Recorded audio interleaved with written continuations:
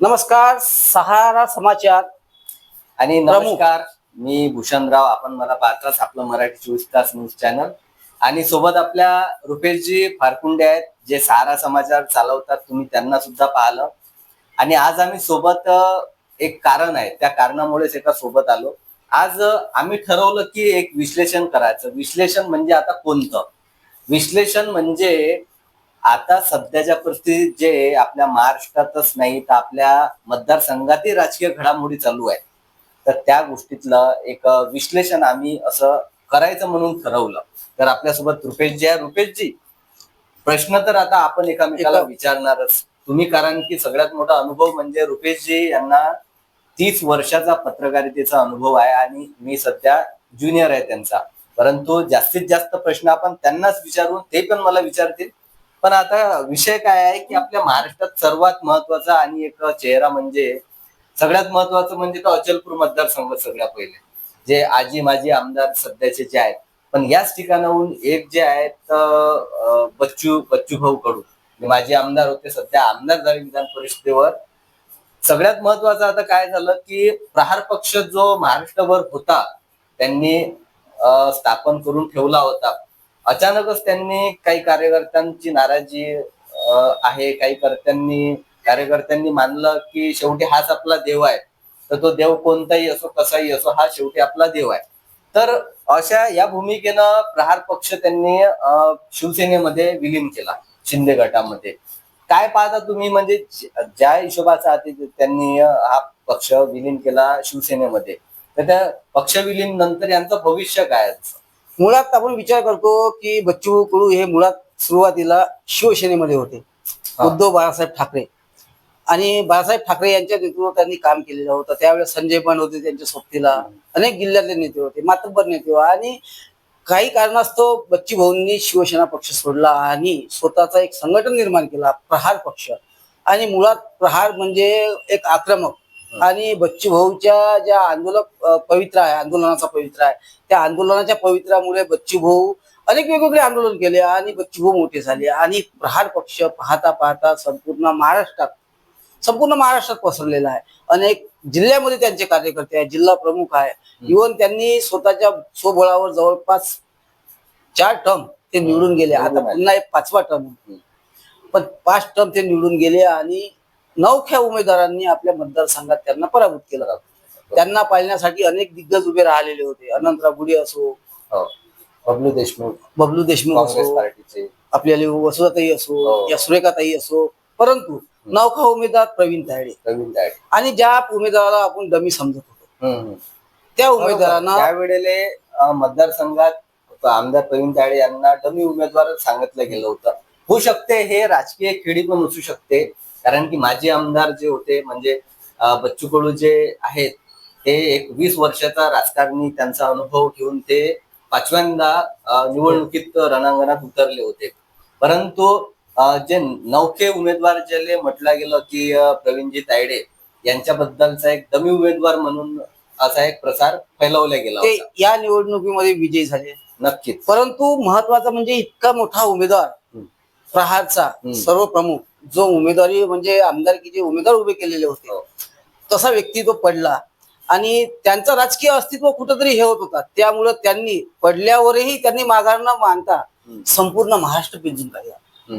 शेतकऱ्यांचा मुद्दा असो, दिव्यांगांचा मूल मुद्दा असो, कष्टकऱ्यांचा असो, सर्वांच्या मुद्द्याला घेऊन त्यांनी सरकारला एकदम वेठीत धरलं. तर नुकतंच त्यांनी नागपूरला मोठं आंदोलन केलेलं होतं, चक्काजाम केलेलं होतं. त्या चक्काजाम मध्ये बच्चू कडू यांनी सरकारला एकदम नाकेनऊ आणून टाकलेले होते आणि त्यांना बोलावला सुद्धा होता. परंतु त्यानंतर आपण दुसरी बाजू मांडू. परंतु त्यावेळेस संपूर्ण राज्यात एकमेव नेता म्हणजे आता बच्चू कडू, आणि शेतकऱ्यांचा जो वाली तो बच्चू कडू असं मानलं जात होतं. आणि आता आपण तुम्ही बच्चू भाऊंना म्हणता की शेतकऱ्यांचा वाली आणि गरिबांचा नेता असं म्हटलं जाते. राजकीय भाग जर पाहिला तर 4 टर्म आमदार आणि मंत्री सुद्धा होते, ते दिव्यांग मंत्रालय सुद्धा त्यांचं होतं. त्यानंतर 5व्यांदाही त्यांची एवढी भरारी होती की ते 5व्यांदा सुद्धा निवडून येणार होते. परंतु त्यांना एक टक्कर चांगली मिळाल्यामुळे आपल्या प्रवीण तायडे हे आमदार झाले. परंतु राजकीय खेळीत जर कधी असं पाहिलं तर सध्या त्यांचं पुरा महाराष्ट्रात बोलबाला होता. ते डायरेक्ट मुख्यमंत्र्यापर्यंत, गृहमंत्र्यापर्यंत त्यांची पोच, एक फोन किंवा त्यांची दहाड होती. परंतु हा वेळ का आला की एवढा मोठा प्रहार पक्ष हा विलीन करायला लागला? आता एकीकडे आपण विचार करतो भाजप सोबत शिंदे गट आणि अजित पवार गट, कुठंतरी आता दोन गट म्हणजे दोन पक्ष हे कमजोर पडत पाहून राहिलो आपण बऱ्याच वेळसाठी. आणि जे राजकारणातले जे त्यांचं वाला हे चालू आहे त्यामध्ये कुठंतरी आता नुकतंच गुवाहाटीला गेले होते, जवळपास आमदार फुटून 50 आमदार गेलेले होते. आणि आता फक्त शिंदे गटापाशी फक्त आमदार आहेत आणि दुसऱ्या टर्म मध्ये सुद्धा ते निवडून आले. परंतु 2029 मध्ये निवडणूक आहे, नगरपालिका आहे, जिल्हा परिषद आहे, त्या अनुषंगाने शिंदे गटाकडे कार्यकर्ताच नाही मुळात. ग्रामीण भागात कार्यकर्ता नाही आहे. प्रत्येक गावात जसं बाळासाहेब ठाकरेची शाखा आहे, बरोबर, गावागावात शाखा आहे, तसं भाजपची शाखा आहे. परंतु शिंदे सेनेची कुठंच पकड नाही आहे. अमरावती जिल्ह्यात सुद्धा नव्हती. आता नुकतेच शिंदे आपल्या उद्धव बाळासाहेब ठाकरे गटातले काही नेते गेलेले आहेत, काही आहेत, परंतु अशी पकड नव्हती. आणि शिंदे साहेबांना ही माहित होतं की आपल्याला पुढच्या निवडणुकीच्या ह्या अनुषंगाने आपल्याला कुठंतरी बच्चूभाऊ सारखा कार्यकर्ता पाहिजे, बरोबर, जेणेकरून आपण 2029 मध्ये जर महाराष्ट्रात आपण विधानसभा लढलो तर आपला कार्यकर्ता, आपले जिल्हा प्रमुख आपल्याला पक्ष वाढी. त्या अनुषंगाने बच्चूभाऊंना त्यांनी मॅनेज केलं आणि बच्चूभाऊला कुठंतरी विधान परिषद घेऊन मंत्रिपदी देतील भविष्यात, परंतु पक्ष वाढणार आहे. आता दुसरी बाजू जर विचार केला आपण की त्याचा फायदा काय, तर शिंदे गटांनी ह्या स्वप्न पाहिलेलं आहे आणि प्रहार पक्ष विलीन करून घेतलं. आता दुसरी बाजू जर विचार केला तर प्रहार मुळात सामाजिक संघटना ही कार्यरत राहणार असं त्यांनी बच्चूभाऊंनी म्हटलं आहे की प्रहार संघटना कायम राहणार. उद्या जर भविष्यात शिंदे गटाचं जर काम थोडासा बिचकलं तर बच्चूभाऊ पुन्हा आपल्याला प्रहार संघटना ही चालूच ठेवणार. म्हणजे आता विलीन केल्यानंतर परत एक वेळा चालू करता येईल का? आणि त्यावेळेला बच्चू कडूंना चॅलेंज नाही राहणार का? कारण की प्रहार पक्षातून काही कार्यकर्ते जे तालुकाध्यक्ष, जिल्हाध्यक्ष जे असतील किंवा आहेतही, ते सध्या नाराजीचा सूर घेऊन दुसऱ्याही पक्षात जाऊ शकतात. आणि नंतर जर कधी बच्चू कडू यांनी जर कधी भविष्यात जर कधी शिंदे सेना गटाला काही डावलल्या जाते किंवा त्यांचा पक्ष राहत नाही किंवा त्यांची सत्ता राहत नाही, आता नुकतंच आता हायकोर्टात, सुप्रीम कोर्टात एक निकाल लागायचा आहे चिन्हाचा. अगर चिन्ह बाळासाहेबाला भेटलं तर शिंदेचं शिवसेना हे होणार, शिवसेना गट हा डिस्क्वालिफाय झाले म्हणतो आपण, नापास होणार आहे. जर कदाचित असं झालं तर मग पर्याय काय? अशा वेळेला पर्याय मग आज आपण जर पाहतो तर महत्वाचा आम्ही चर्चा करून राहिलो. तुम्ही पण तुमच्या कमेंट्स मध्ये तुम्ही सांगू शकता की काही मुद्दे आहेत की जे तुमच्या लक्षात येत आहेत, ते तुम्ही कमेंट्स मध्ये सांगा आणि चर्चा करा. महत्वाचं आणखी असं की जे मी आधीचा प्रश्न जसा विचारला होता की बच्चू भाऊ यांनी प्रहार पक्ष विलीन केला आणि भविष्यात एक अंदाज आहे आपला की शिंदे सेना गट नाही राहत, नापास होते, फेल होते. अशा वेळेला बच्चू भाऊ काय करतील, बच्चू कडू काय करतील? तुम्ही म्हणता प्रहार पक्ष त्यांचा वापस उभा राहील. बच्चू भाऊनी म्हटलंच आहे, आंदोलन आमचे वाले सामाजिक आंदोलन म्हणजे शेतकऱ्यांच्या याच्यासाठी आम्ही जे आंदोलन करणार आहे त्या प्रहार सामाजिक संघटनेच्या माध्यमातून ते कार्य चालणारच आहे. त्यामुळे प्रहार अस्तित्वात आहेच ना. अच्छा, प्रहार कुठे विलीन झाली? मग प्रहार अस्तित्वात जरी असला तर आता आपल्या अमरावती जिल्ह्यात शिवसेनेच्या बॅनर खाली तर ते आंदोलन करणार नाही. प्रहार सामाजिक संघटना हे कार्य, रक्तदान शिबिर असो, तुम्ही म्हणता की बॅनर त्यांच्या शिवसेनेच्या बॅनर खाली ते आंदोलन करणार नाही, पण ते आता विधान परिषद आमदार शिवसेनेचे आहेत. हो, मग अशा वेळेला करतील, कदाचित करतील. परंतु प्रहार संघटना ही रक्तदान सामाजिक कार्य हे चालूच राहणार आहे, ही चळवळ त्यांची चालूच राहणार आहे, संघटना सुद्धा कायम राहणार आहे. तर तो विषय. आणि महत्वाचा विषय म्हणजे आता बच्चू भाऊच्या मुळे जे शिंदे गटातले जे जे नेते आहेत, जे आले पळून गेले होते, त्यांच्या मनामध्ये धाकधूक होती आणि बच्चू भाऊंना जे आमदारकी घेऊन आले विधान परिषदची त्यामध्ये त्यांची नाराजी व्यक्त झालेली होती. परंतु कुठंतरी ते सावरासावर आणि शांत झाले. परंतु आता तिच्यामध्ये जे जे काही नुकसान होणार आहे, आता त्या फळीमध्ये शिंदे गटामध्ये असा दमदार नेतृत्व करणारा व्यक्ती नव्हता. आणि नौक्यात आता नुकतेच आपल्याला बच्चू भाऊ आणि मातब्बर राजकारणी आहे, संपूर्ण याचा अभ्यास आहे आणि 5 टर्म राहिलेला आमदार म्हणजे पूर्ण अभ्यास झालेला आहे. आणि आता आपण नुकतंच पाहिलो आपण की अमरावती जिल्हा जसं विचार करतो आपण, तर अमरावती जिल्ह्यामध्ये शिंदे गटाकडून आता आनंदराव अडसूळ आणि त्यांच्या मुलाला पूर्ण जिल्हा सांभाळायला दिलेला होता. आता कुठंतरी बॅकफुटवर आता धाने पाटीलांनी प्रवेश केलेला होता, माजी आमदार बरोबर. जगदीश गुप्ता आहे, हम्म. प्रीतीताई बंड आहे. हम्म. आता कुठंतरी यांच्या नेतृत्वात त्यांना काम करावं लागेल. बरोबर. म्हणजे त्यांचं एक कुठंतरी नुकसान झालंच आहे. आणि ज्या फळीचा नेता पाहिजे त्या फळीचा शिंदे साहेबांनंतर तर शिंदे गटात बच्चूभाऊ शिवाय तो पर्याय नाही. शिवाय सध्या जरी पाहिल्या जाते तर उपमुख्यमंत्री एकनाथजी शिंदे यांच्या अलावा जर शिंदे सेनामध्ये जर पाहिलं तर एक बच्चूभाऊ कडू हेच आता दुसरा चेहरा राहणार आहे. पण त्यांनी एक वक्तव्य केलं होतं एका सोशल माध्यमावर की एकनाथजी शिंदे यांना मुख्यमंत्री केल्याशिवाय चूप बसणार नाही. बरोबर आहे. हे काय भूमिका मग अशा वेळेला जर असं जर पाहिलं तर सरळ शब्दात युती पक्ष राहून म्हणजे बीजेपी आणि सेना युतीत राहून सुद्धा बच्चू कडू हे सेनेमध्ये विलीन होऊन हे असं वक्तव्य करू शकतात, कारण नाही त्यामध्ये शिंदेची सेना आणि ते सुद्धा आमदारकी पूर्ण पक्ष लढणारच आहे. त्यामुळे जास्तीत जास्त जर आमदार आले तर भविष्यात ते मुख्यमंत्री होऊ शकतात ना. तुमचं म्हणणं आहे की विधानसभा जेव्हा येणार आहे तर बीजेपी समीकरण बदलत राहतात, कुठं कमी येतात कोणाच्या जास्त येतात त्यावेळेस समीकरण बदलत राहतात. हो, म्हणजे बीजेपीच्या पूर्ण सीटा उभ्या करतील, शिंदे सेनेच्या पूर्ण विधानसभेत उभ्या करतील किंवा युतीमध्ये लढून जर कमी जास्त सीटा आल्या तर त्यावेळेसही होऊ शकते पर्याय. कारण आपण पाहतो एका सीटीसाठी तर भांडणं होतात पक्षामध्ये. उद्धव साहेब आणि भाजपच्या जेव्हा आल्या होत्या त्यावेळेस युती याच पुढे तुटली ना. तर बरं एक मागच्या वर्तुळातून काही गोष्टी किंवा बाहेरच्या हवेतून काही गोष्टी आपण ऐकतो आणि आज मोकळ्या पण करू आपण. म्हणजे कसं की एकीकडे पाहतो आपण बाळासाहेब ठाकरे यांचा जे शिवसेना होती त्यानंतर त्यांचे बंधू उद्धवजी बाळासाहेब ठाकरे हे आता सध्या यांची जे सेना आहे बॅकफुटवर गेलेली आहे. त्यानंतर एक राष्ट्रवादी इकडे सन्मान्य सुमित्राजी पवार जे आहेत सध्या उपमुख्यमंत्री झालेले आहेत सन्माननीय अजित पवार यांच्या नंतर. परंतु अशा वेळेले जेव्हा सध्या आणखी एक विषय त्या मधातच टाकतो की भारतीय जनता पार्टी आणि त्यानंतर ज्या ठिकाणी मुख्यमंत्री फडणवीस साहेबांसारखे असे जर कधी दमदाटीवाले जर कधी नेते असले तर अशा वेळेला राजकीय वर्तुळ त्यामध्ये इन्व्हॉल्व्ह होऊन शिंदे सेना एका साईडले करून उद्धव बाळासाहेब ठाकरे गट त्यानंतर शरद पवार साहेब राष्ट्रवादी गट हा एकत्र येऊ शकते का? नाही, इतकं मोठं आता एवढा मोठा जर विषय झालेला आहे, जर सेना जर फोडली आहे, इतके मोठे आरोप लावले आहेत की भाजपनं फोडाफाडीचं राजकारण केलेलं आहे आणि आज जे परिस्थिती निर्माण झाली आहे तर मला नाही वाटत कदाचित असं त्यांच्यासोबत युती करणार म्हणून भाजपसोबत. कारण राज्यात भाजप म्हणजे लहान छोटा भाऊ म्हणून आणि बाळासाहेब ठाकरेची शिवसेना ही मोठा बंधू. जे भाजप मोठी झाली हे सेनेमुळे झाली महाराष्ट्रामध्ये आणि त्या हिशोबानंच त्यांनी मुख्यमंत्रीपद मागितलं होतं. परंतु त्यांनी 6 वाजता शपथविधी आपण बघितला असेल, अजित पवार यांना राष्ट्रवादी सोबत केलेलं होतं. मग नंतर यांनी केलं तर मग महाविकास आघाडी निर्माण केली तर ते ताशेरे वळले आहे. आता भविष्यात असं तर चित्र पाहायला मिळणार नाही. तर राजकारण काही होऊ शकते.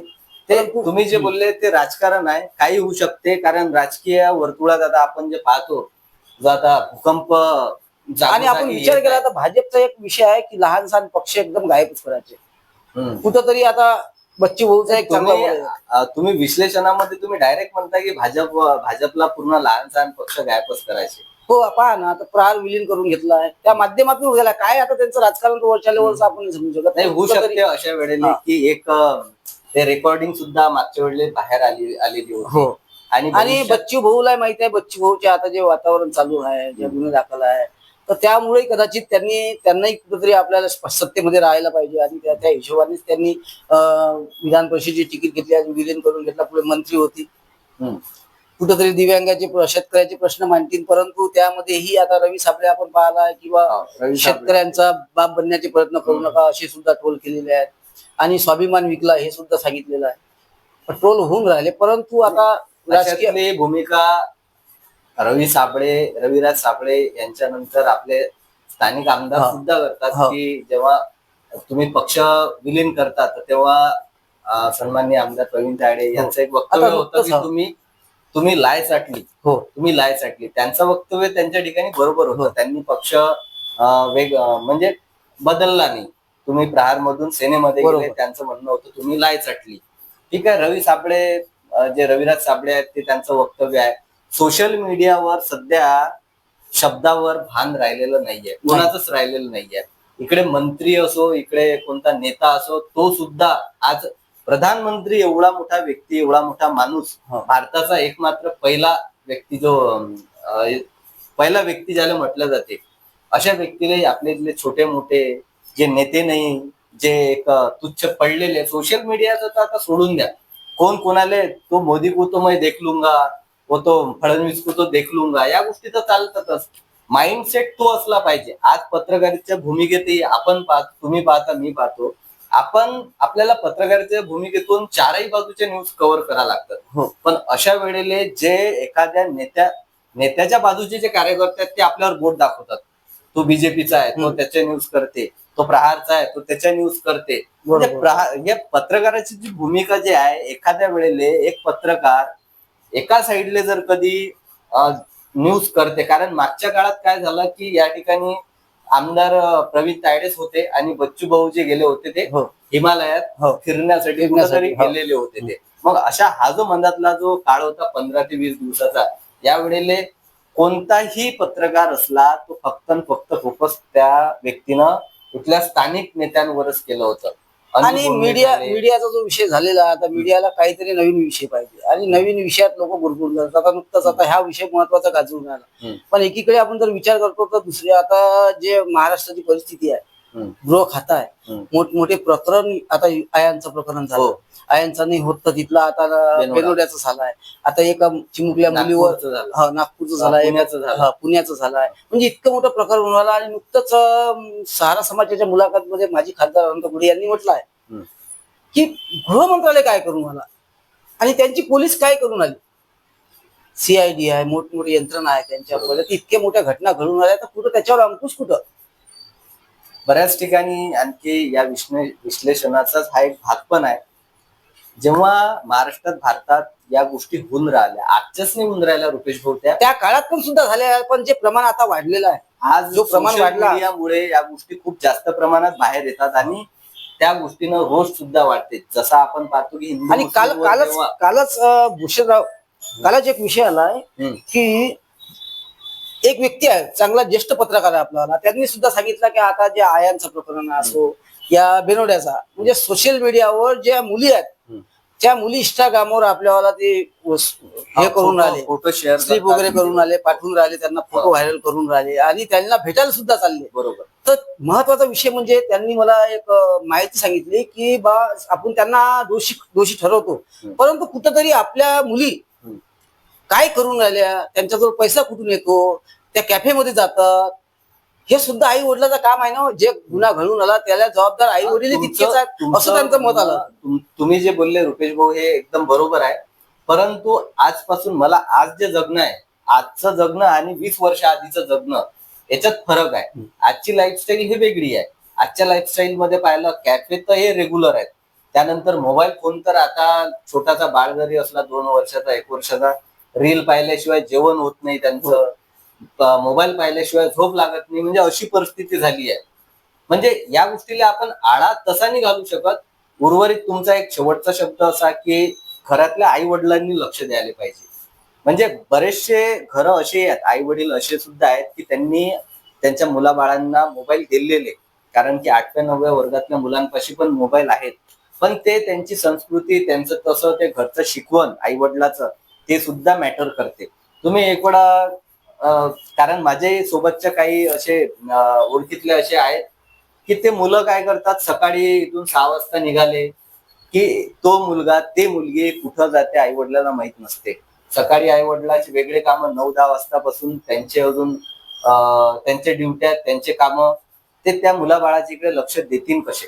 आणि आपला जो मूळ मुद्दा जो होता की बच्चू भाऊ आणि एकनाथजी शिंदे, आता मुळात एकनाथजी शिंदेनाही बच्चू भाऊ सारखा कार्यकर्ता पाहिजे होता. आणि बच्चू भाऊले आपल्याला इकडचे जे आता गुन्हे घडून राहिले आणि त्यांच्या नावाच्या तक्रार येऊन राहिले, कुठंतरी आता आपण मागे झालेले होते कारण निवडून नाही आले, तर त्यामुळे कुठंतरी आपण सत्तेत राहावं आणि पुन्हा आमदार बनावं, त्यासाठी दोघांनी आपला स्वार्थ समजून पक्षासाठी हा निर्णय घेतलेला आहे.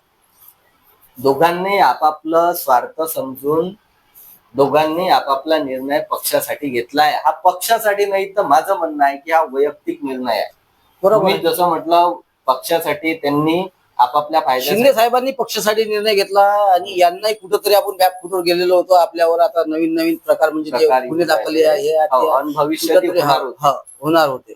त्यामुळे आपण सत्तेत राहावं हा निर्णय घेतला. परंतु काही कार्यकर्ते नाराज झालेले आहेत. बच्ची भाऊंनी सुद्धा त्यांची पर्वा नाही केली आणि त्यांनी स्वतः बोलता बरोबर. बोलता प्रसार सेम माध्यमांसामने तेच त्यांच्या गोष्ट तोंडातून शब्द सेनेमध्ये निघाले सुद्धा होते. झाली की हो. सेनेमध्ये पण विचारल्याने गेलं हो. की आम्ही बा या म्हणजे माजी आमदार बच्चू कडू सध्याचे विधान परिषद आमदार बच्चू कडू यांना सेनेमध्ये विलीन करणार आहे हो. आणि सेनेमधून आमदारकी देणार हो. आहे. सेनेमधले भरपूरसे असे नेते होते ज्यांचे स्टेटमेंट बाहेर येतात.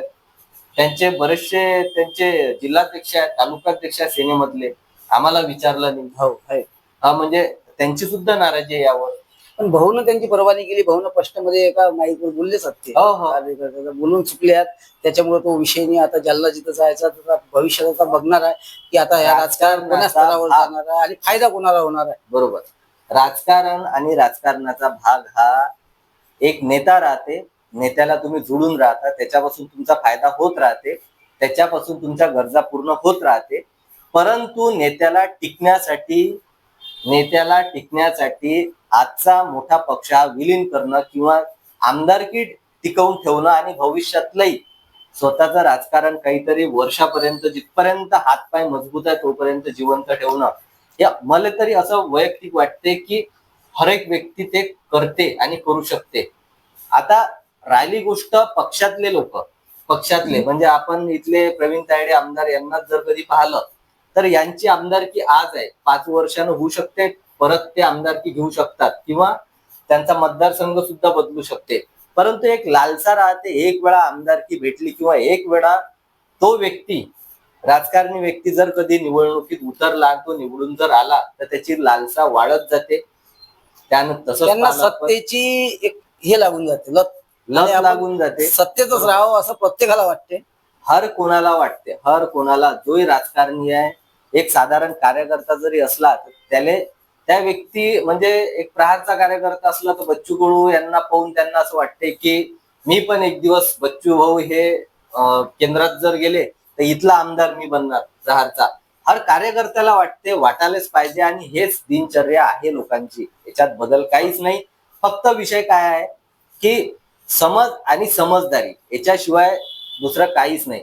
कार्यकर्ता म्हणून तुम्ही कार्य करत राहा, परंतु मी या पक्षाचा कार्यकर्ता आहे, मी त्या पक्षाचा कार्यकर्ता आहे आणि तो हा बोलला याच्यात भुळून जाणं, भांडणं करणं ते चुकीचं आहे. आजची ते परिस्थिती चुकीची आहे. आणि सध्या नेते आहेत तिकडे ओवीसी 15 मिनिट बनते, इकडे विश्व हिंदू परिषद दुसऱ्या दिवशी काय होणार राजकारणात, काय उलटफेर आपण पाहिलेला आहे. 5 वाजता मुख्यमंत्री झालेले आहे. मोठ्या त्यामुळं आता राजकारणात मुख्यमंत्री उपमुख्यमंत्री सकाळी शपथविधी होऊन जाते आणि माहित नसताना काय होऊ शकते. त्यामुळं आता आपण इथं स्टॉप करू. आणि आजचे जे आमचं विश्लेषण होतं, आज विश्लेषण मध्ये करायचं बा कुठेतरी आता एखादा ट्रॉफिक आहे आणि परतवाडा शहर हा खूप गाजून राहिला, सोशल मीडियावर खूप आहे. आणि महाराष्ट्रात सुद्धा आता अचलपूर मतदारसंघाचं पूर्ण महाराष्ट्रामध्ये आता बच्चू भाऊच्या मुळे चर्चेत राहिलेला विषय आहे. प्रसार माध्यमावर बच्चू भाऊच आहेत. त्यामुळे कुठंतरी आपण विश्लेषण करायचं. आणि महत्वाचं म्हणजे जे मराठी 24 तासचे जे संपादक आहेत आपल्याला भूषणराव आणि मी कुठंतरी विश्लेषण केलं आम्ही. आणि त्यावर जर तुम्हाला जर पटलं असेल तर त्याच्यावर कमेंट करून नक्कीच आम्हाला कळवा. नक्कीच